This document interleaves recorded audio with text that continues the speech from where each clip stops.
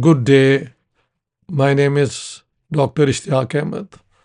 I am a political scientist based in Stockholm of Pakistani descent, have published extensively on the politics of the subcontinent, uh, and have been making videos, programs, which I have uploaded on my YouTube channel on India-Pakistan relations, pleading for cooperation and peace, opposing the idea of war and confrontation. But recently, when this military showdown took place between India and Pakistan, to my very, very great surprise, the Indian government banned my channel. The BJP government, I should say, banned my channel. Under the circumstances, I thought that if India wants to deny me an audience in their country, then I can reach out to people all over the world. And in doing so, I have to express myself in the English language. So this is the reason why I'll be speaking in English as long as this ban exists on me, uh, imposed by India. Today, I want to talk about the recent conflict between India and Pakistan. I would define relations between India and Pakistan as an imbroglio. An imbroglio is a complicated, confusing, even embarrassing problem. People still ask, beyond the subcontinent, why can't you two countries uh, learn to live in peace? You are neighbors. You have so many characteristics which are common. And it's very difficult to distinguish between a Pakistani and an Indian, not only in terms of their appearance, but their behavior patterns as well. Uh, so, why is this that India and Pakistan cannot learn to live in peace? Now, that is a very, very big question. Today, I will only focus on the recent military confrontation and its diplomatic political fallout. To begin with, it starts, I think, on the 16th of April 2025 when Pakistan's General Asim Munir makes a speech to Pakistani diaspora visiting Islamabad, where he emphasizes the two nation theory upon the basis of which India and Pakistan were partitioned to create a Hindu majority and a Muslim majority Pakistan. In Pakistan, only 1.78% of the population is Hindu. 94%, 96% they say are Muslims. Still, this 1.8% is more than 2 million Pakistanis who are Hindu citizens. And for the most powerful person in Pakistan to make a speech which alienates uh, Pakistan's own citizens, I think was careless and irresponsible. Simultaneously, this speech created problems for the people, for the Muslims, about 220 million Muslims who are Indian citizens. The Hindu nationalists actually could give could invoke this argument saying that what is common between us? And some even want Indian Muslims to go to Pakistan. And I know that government doesn't want to accept even one Indian Muslim. So I would say that Asim Munir's speech was provocative and irresponsible. Then on the 22nd of April at Pahalgam in the Indian Kashmir, a horrific terrorist attack took place in which, for the first time, instead of Indian military personnel, the target were innocent tourists, mostly Indian citizens, but even others. These terrorists isolated the men from the women and asked the men to recite the Islamic kalma, the assertion of faith.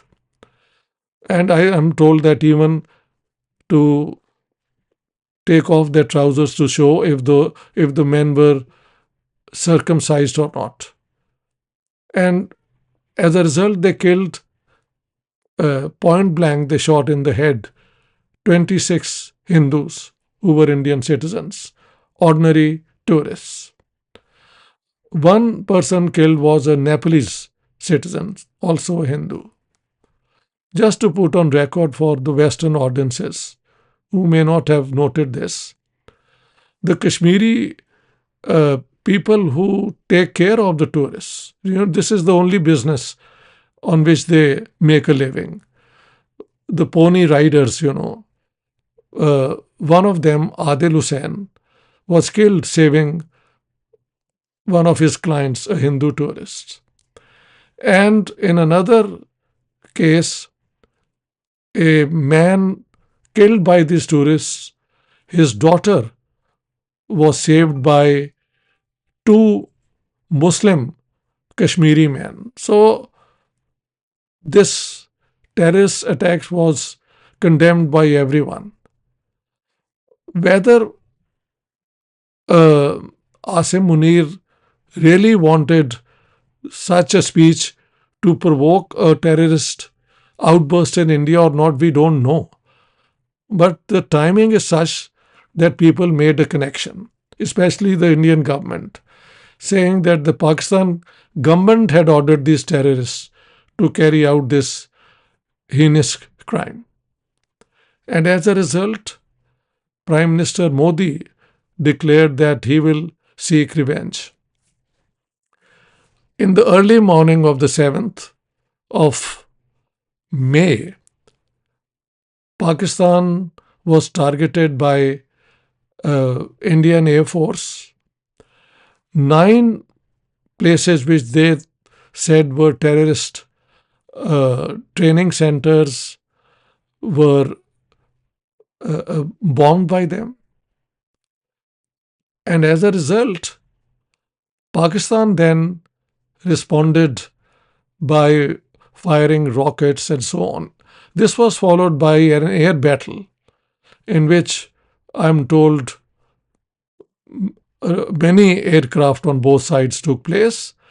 In this air battle, Pakistan had superior technology, maybe better training. They were using Chinese aircraft and missiles and a radar system which was superior. And as a result, Rafale aircraft of India were shot down, and maybe Russian aircraft and others as well, which the Indian government has not really given details about yet, although they have acknowledged that in battle these things can happen. Then India responded by attacking Pakistani airfields, and in the process, they claim that 20% of these airfields were destroyed. Then, from the Pakistani side, the two army connected with each other, and the DGMO of Pakistan said that they are now ready for a ceasefire. And a ceasefire took place. But the Indian government did not say that this was a permanent ceasefire. Mr. Modi said that this is only a pause. and revenge will still be sought from those who have carried out this terrorist attack. Today is the 29th of May, and yet none of the terrorists who actually carried out the massacre, the carnage at Pahalgam has been arrested or even killed. So the Indian arrangement, security, at Pahalgam was lacking in a very serious manner. Anyhow, to put that aside, now while this conflict 3-4 days was taking place, on both sides very tall claims were made. It was also a war launched by the propaganda machines. And from the Indian side, I heard such irresponsible statements like that we have put Lahore on fire, that Karachi port was being destroyed by the Indian Navy, that Faisalabad too was attacked. And even somebody, I have not heard it, said that they said the seaport at Lailpur, which is actually a major city, land based. So some of these claims were quite ridiculous. Even on the Pakistani side, there were all these tall claims. But India followed it up by putting the Indus Waters Treaty of 1960 in abeyance. We have looked at the treaty and there is no provision for abeyance or suspending it. So that's in itself a legal thing to consider. If the Indians really withhold water flowing from Kashmir into Pakistan, this would be devastating for Pakistan. And this is a sure recipe for Pakistan to go to war with India.